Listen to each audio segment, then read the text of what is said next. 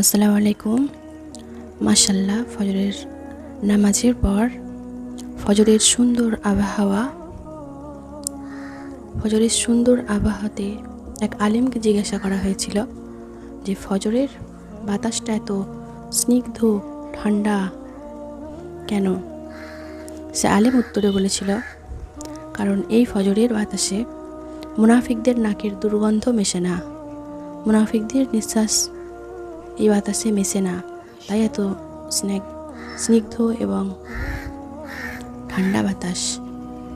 মাশাআল্লাহ, অনেক সুন্দর। আকাশটা পরিষ্কার হয়ে এসেছে। সূর্য কিছুক্ষণের মধ্যেই হয়তো উঠে যাবে ইনশাআল্লাহ। আসসালামু আলাইকুম। সবাই ভালো থাকবেন। ফজরের নামাজ সবাই সময় মতো আদায় করার চেষ্টা করবেন ইনশাআল্লাহ। আল্লাহ সবাইকে তৌফিক দিক। আমার তৌফিকি ইল্লা বিল্লাহ। একটা কাক এসে রিজিকের সন্ধানে বেরিয়ে পড়েছে। মাশাআল্লাহ, মানুষ এখনও ঘুমাচ্ছে।